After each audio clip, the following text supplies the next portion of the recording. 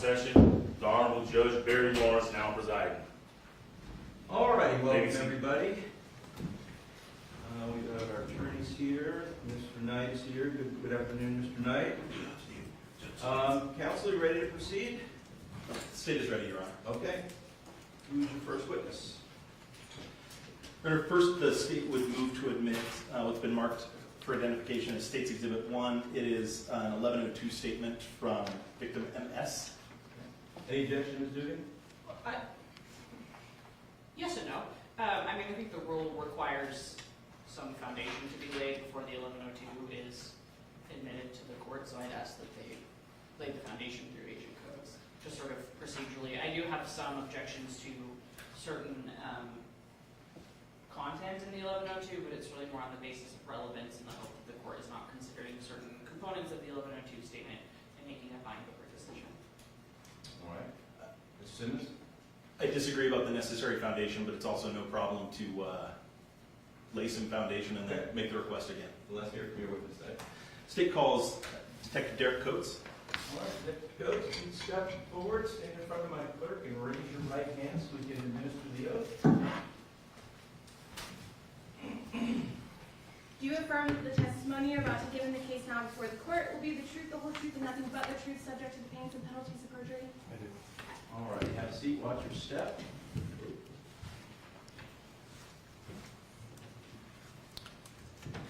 And would you state your name and spell your last name for the record? My name is Derek Coates, C-O-A-T-S. All right, whenever you're ready, counsel. Is it okay if I call you Detective Coates? Yes, Where do you work now? I currently work for the Utah Department of Corrections. Where did you work from 2018 to 2023? I work for the Utah Department of Public Safety. And what was your assignment with the Utah Department of Public Safety? I was assigned to specifically the Sexual Assault Kit Initiative. That was a federal grant funding any work around investigating cases that had not been previously investigated or tested under the Sexual Assault Kit program. So were those generally older cases? Correct. What was your first involvement in the cases involving suspect Nicholas Rossi? So as a part of my job, I was reviewing CODIS hits as they came through the state crime lab.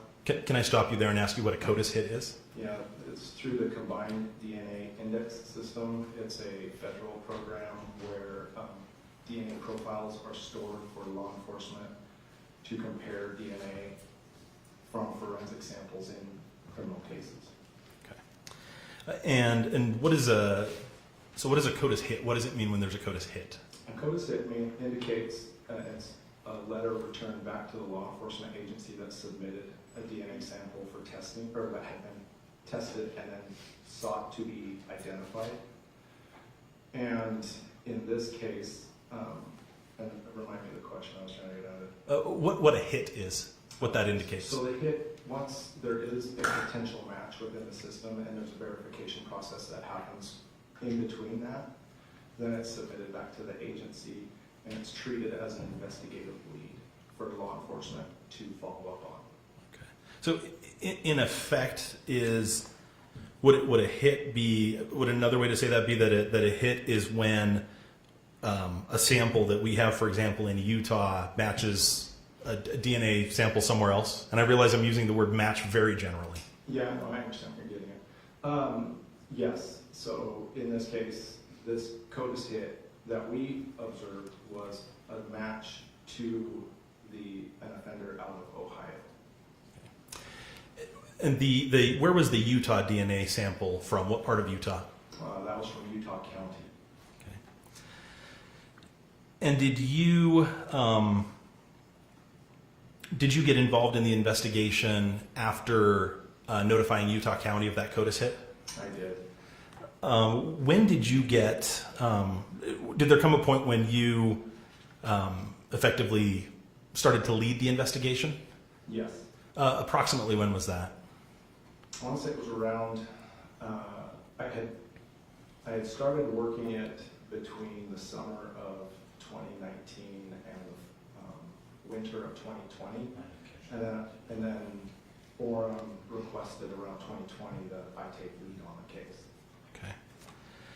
So the what kind of case was the Utah? So I'm asking for the just very general, because we're not here for the Utah County case today. Just asking what kind of allegation was made in the Utah County case, and when did that allegation come from? Okay, so the case in Utah County was a reported, again, sexual assault. And so the DNA from that sexual assault kit was submitted for testing under the Saki program, as I described earlier. And so that case required an investigation and follow-up, which then led to other information. When and where was the sexual assault in Utah County alleged to have happened?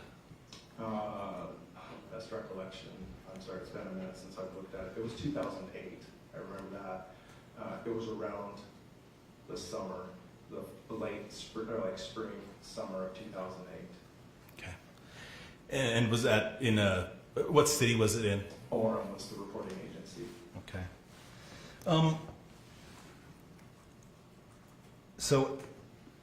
So, and I'm sorry, I've just forgotten your answer. When did you, approximately when did you say you kind of took the lead in the investigation in that Orem case? I don't remember the specific, but it was in 2020. It was like right on the cusp of December, January.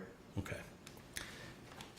Did you hear, so I'm jumping forward in time now, did there start to be media attention about that investigation and the subsequent investigation later on? Yes. As a result of that media attention, did you hear from anyone in Salt Lake County? I did. Who did you hear from? So in this case, are we using initials or full name, or would you prefer? State's preference would be initials. Okay. So MS reached out and had indicated that she had had a relationship with the individual on the news media named Nicholas Rossi or Nicholas Alvarez. She knew him as Nicholas Rossi. Okay. Did you interview her? I did. Do you remember when you interviewed her? It was around 2021, I want to say. Forgive me, I don't remember the exact date. I noticed that you have what looks like a report next to you. Would looking at that report refresh your memory about when you interviewed her? Yeah, that would actually. If you would. Thank you.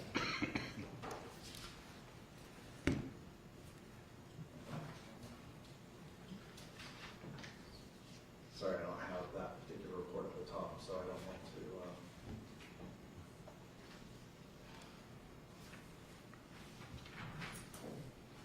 I apologize.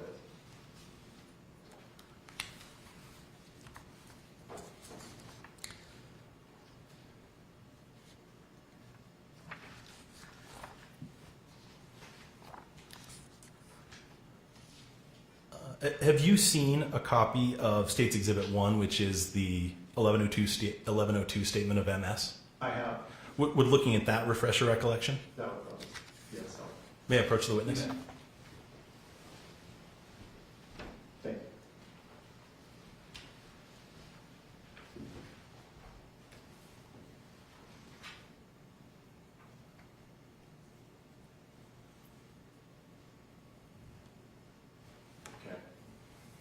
Did that refresh your memory? Yeah. Do you remember approximately when you interviewed her? I want to say it was January 14th, 2022.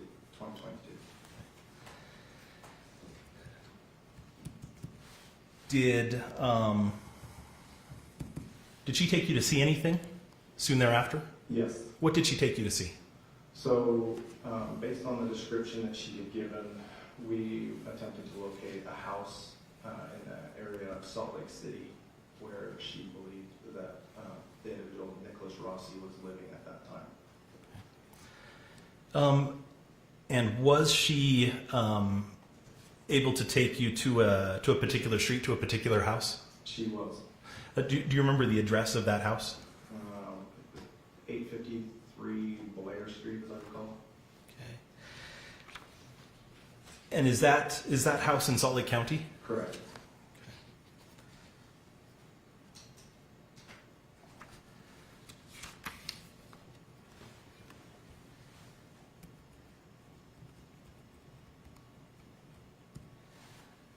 Did she provide you with any documents that she still had from, or sorry, let me ask you this. Do you remember approximately when, back up even one more step, and to just ask you just looking for a very narrow answer here, what's the general category of the crime that she alleged Nicholas Rossi had committed? That would be sexual assault. And approximately when did she tell you that Nicholas Rossi had sexually assaulted her? That was in December of 2008. Did she give you any documents from around that time, from around December of 2008, that were related to her report? Correct. Yes, she did. What did she give you? She gave me. Your Honor, I'd be objecting on the basis of hearsay and relevance. Overruled. Go ahead. She provided me a copy of a application for wedding rings to a Utah jewelry store at a local mall, and she also provided me cell phone records around that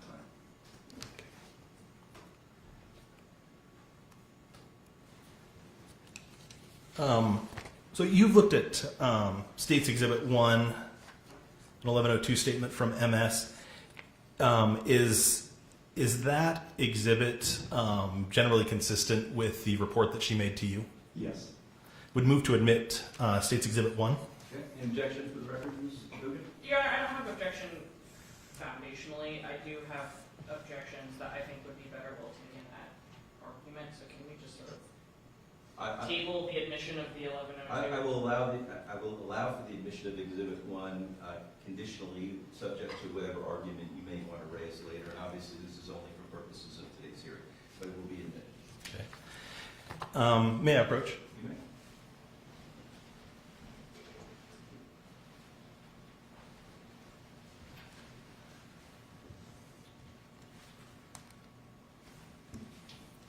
And Your Honor, I would ask the court to review the 1102 statement at this time. It's going to provide a lot of context for subsequent testimony. All right. It's a little long. Give me a minute.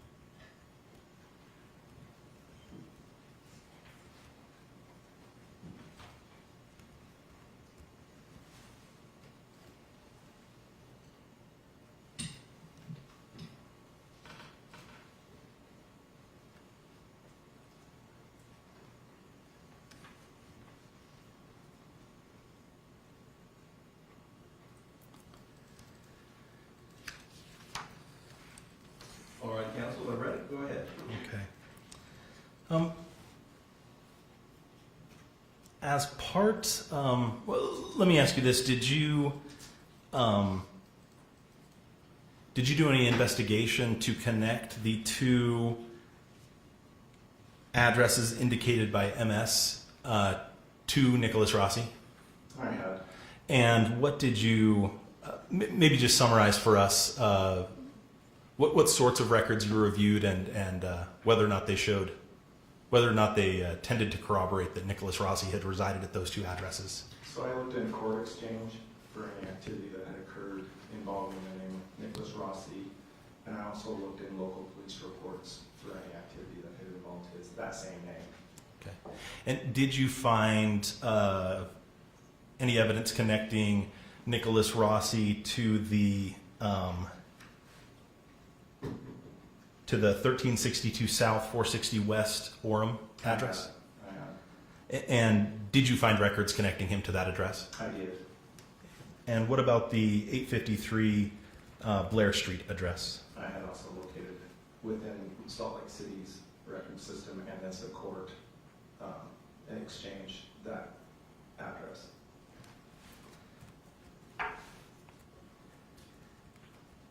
Okay, so MS had reported something that happened back in December of 2008. As part of your investigation for the Orem case, had you researched the subsequent, the history, the location, and the identity of Nicholas Rossi after December, for where he went after December of 2008? Yes.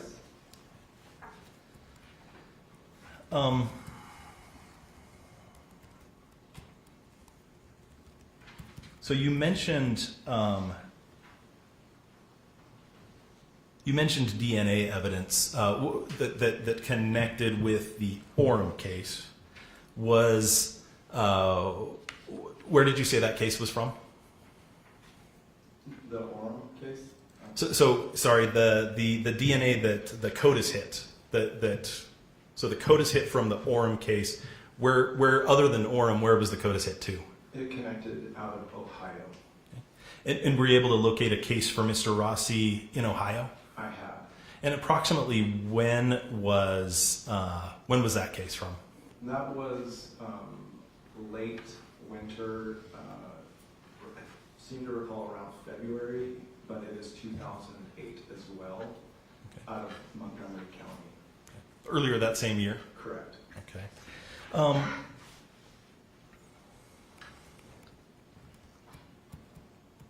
And was Nicholas Rossi convicted in that case in Ohio? That is my understanding, yes. As a result of that conviction, was he required to register as a sex offender? He was. And have you seen records of his sex offender registration connected to that case? I have. Okay, now I want to ask you about, as you were investigating Mr. Rossi, what did you determine to be his? I mean, did you find a birth certificate for him? Yes. What was his name at birth? Your Honor, just before we go further, defense stipulates to identity. I'm sorry? Defense stipulates to identity. Defense is stipulating to identity in this Yes. case? Yes, for the purposes of preliminary hearing, for the purposes of this case, defense stipulates to identity. So that, just to be clear, the defense is stipulating that the person identified by the victim, just for purposes of this hearing, is the defendant. Defense stipulates to identity, yes. Okay. If I could have just a moment. Yeah.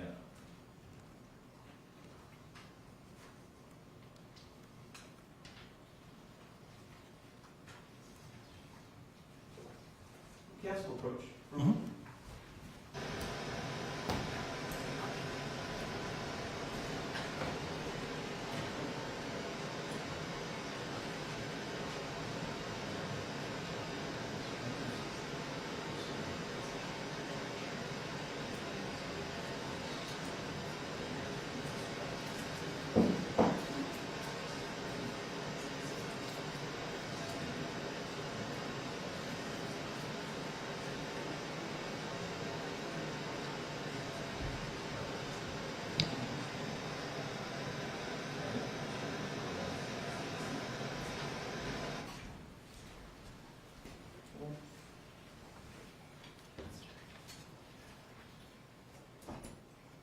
Your Honor, with the defense having stipulated to the identity in this case, the identity of the defendant, the state rests.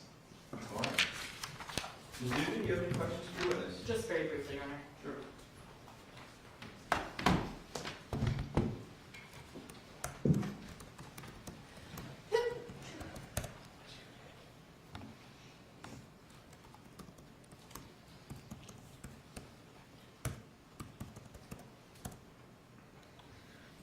So Agent Coates, I just have like 2 to 3 questions for you. You no longer work for the Utah Department of Public Safety, correct? I do not. You work through the Department of Corrections. I do. Okay. And I just want to clarify sort of how you became involved in this case. So there was a CODIS hit out of a Utah County case, correct? Yes. There is no DNA in the Salt Lake County case, to your understanding, correct? Correct. Okay. And then are you involved in sort of both, investigating both of these cases or just the Salt Lake County case? Both. Okay.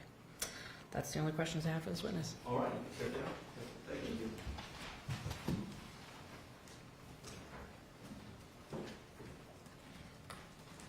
All right, any other evidence for the state? The state rests. All right, any evidence for the defense? No, Your Honor, I have previously advised my client about his right to testify today. It is my advice with Mr. Rossi, as it is with all of my clients, not testify at preliminary hearings, or given the standard that is a preliminary hearing. I do believe he intends to take my advice. Is that still the case? Yes, all your, is that correct? That's correct. Okay, any other evidence? No, Your Honor. Okay. All right, counsel, any argument? I just have brief argument as it relates to the 1102 statement. Okay. Really just for the purposes of the record, candidly. So I've sort of separated this into different paragraphs, because there's not page numbers and there's not like numbers of paragraphs. So just to be abundantly clear, I don't really have an objection to paragraph 1. I do have an objection to paragraph 2. I would ask that the court not consider it for purposes of preliminary hearing, just on the basis of relevance. Paragraph 3, I would object to everything after sentence 3 for the court to consider for purposes of preliminary hearing. I don't see the relevance in any of that about whether or not Mr. Rossi sexually assaulted MS in this particular case. As it relates to paragraph 4, I would ask that the court not consider that and strike that in its entirety. Again, has really nothing to do with whether or not Mr. Rossi sexually assaulted MS. Paragraph 5, I would object to sentences 1 and 2 being considered by the court, because again, not really relevant to the purposes of what we're here for today. And then the remaining paragraphs 6, 7, 8, and 9, I don't have an objection to. All right. Any other argument, counsel? No, no. Mr. Simmons?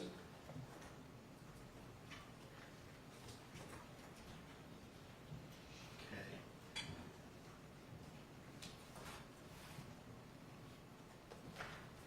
Your Honor, paragraph 2, all but the last sentence are relevant to identity for reasons that we didn't reach today, because the defendant stipulated to a finding of identity. The final sentence does go to non-consent because it's part of a pattern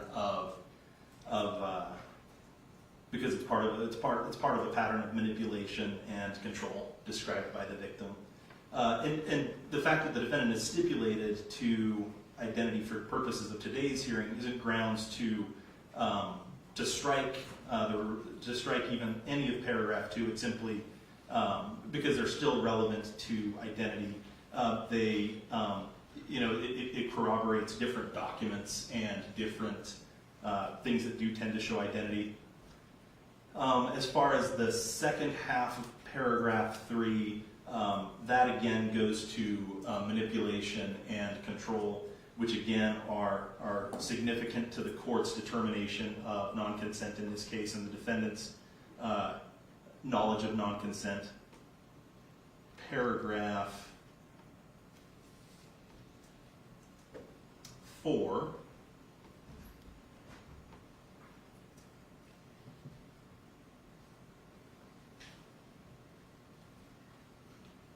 those items, so the contents of paragraph 4, again, I mean, that one goes a little bit toward the pattern of manipulation, but primarily that contains, there's evidence in there that confirms identity. Again, we shouldn't strike those paragraphs simply because identity is stipulated. It is evidence in this case, so it is relevant whether it's something the court has to closely consider or not. And then the final sentence of that is relevant to jurisdiction. And then, let's see, the first two sentences of paragraph 5 are highly relevant to the court's determination of non-consent because they go directly to the pattern of manipulation and control that then culminates in the charged conduct in this case. Okay. So I would object to striking any of those sentences or paragraphs. All right, the objection is based on relevance. Relevance is a low standard. Evidence is relevant if it has a tendency to make any fact more or less probable than it would be without the evidence. I think that all of the portions that have been raised are relevant to the background of the case, the relationship between these parties. And so under a relevance standard, I think that they are relevant, will stay, and the objection is overruled. Any other arguments to be made, counsel? That's fine. All right. No. Well, this is a preliminary hearing at which the court needs to determine from the evidence whether there is probable cause to believe that the crime charged in the information was committed by this defendant. In making this probable cause determination, the prosecution is required to produce evidence sufficient to support a reasonable belief that the defendant committed the crime, the charged crime. In doing so, the court views all evidence in the light most favorable to the prosecution and must draw all reasonable inferences in favor of the prosecution. Applying that standard here, I find and conclude that the state has met its burden and has presented evidence sufficient to establish probable cause to believe that the crime charged in the information was committed and it was committed by this defendant. Accordingly, this matter is bound over. Ms. Dugan, when would you like to come back for an arraignment? If we could set this for October 18th, that would be my preference. Your Honor, candidly, at some point we are seeking to have a bail hearing for Mr. Rossi. I'm not necessarily prepared to do that today for a couple of reasons. I need a little bit more information about his medical status in the jail. So if we could set it for October 18th with the understanding maybe we will need a special set bail hearing, and I can just let the clerks know about that. Why don't we do this? What if we put it on Thursday, October 17th, and perhaps I'd have a little bit more time in the event that you wanted to explore that? That's great. Is that okay with you, Mr. Simmons? So just a question, should the state be prepared to potentially argue bail on October 17th? For now, yes, but I will let you know. Okay, that's fine. All right, so Mr. Rossi? Still Mr. Knight? Call Mr. Knight. Okay, Mr. Knight, so I will see you on Thursday, October 17th. We will put that at 10 o'clock. That will be... I would ask that it be in person. We will have Mr. Knight transported. So October 17th, Thursday, October 17th at 10 o'clock for a pretrial. We'll set it for an arraignment/bail hearing, okay? Anything further? Not at this time, right? No, All right. thank you. Have a good day, everybody. Take care. Court will be in recess.